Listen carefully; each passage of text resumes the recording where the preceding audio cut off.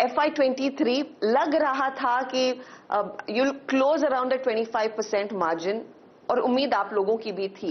मुझे ये बताइए ये Q4 में स्पेशली फरवरी और मार्च के महीने में सेंटिमेंट में कितना बदलाव आया है समीर कि वो मार्जिन भी आप 50 बेसिस पॉइंट से मिस कर रहे हैं?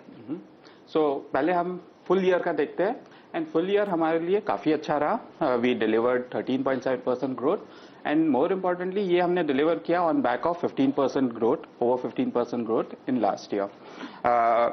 And as we called out at the beginning of the year, what we were seeing is if you looked at UK में हमने देखा कि कस्टमर्स इनफैक्ट 2 क्वार्टर से जो हम कॉल आउट कर रहे हैं कि customers are proactive, they are actively taking decisions, they have accepted what things are, and then we saw deals coming in, and then अगर हम ये क्वार्टर में देखें तो UK is in the forefront और उसका ग्रोथ काफी अच्छा रहा है on a sequential basis also multiple times outperformed what the company delivered.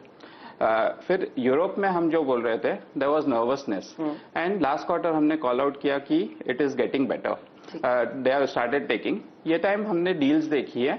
So between UK and Europe जो extreme cautiousness था started changing over the period in the last 1 year towards the better. जबकि US का जो हिसाब है we were expecting short-term cautiousness होगी and things will improve.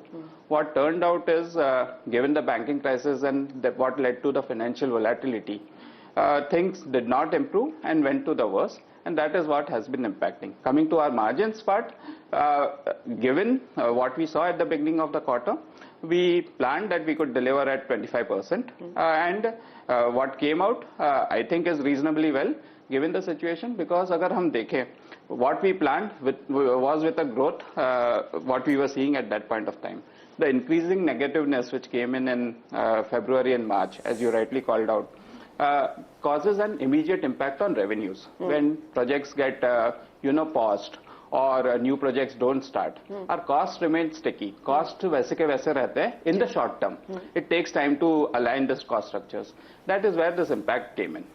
I'll come to the hiring part, but क्योंकि sentiment इतना important है और आपने क्योंकि पहली तिमाही के लिए आउटलुक नॉर्मली देते नहीं हैं, मैं आपसे ये समझना चाहती हूँ कि BFSI पर जो प्रेशर नॉर्थ अमेरिका से आया है, अब यहाँ पर लोग क्या पैसा बिल्कुल नहीं खर्च कर रहे हैं, कम पैसा खर्च कर रहे हैं? जब आप कहते हैं सेंटिमेंट बदला है, कैसे बदला है? If you could quantify that.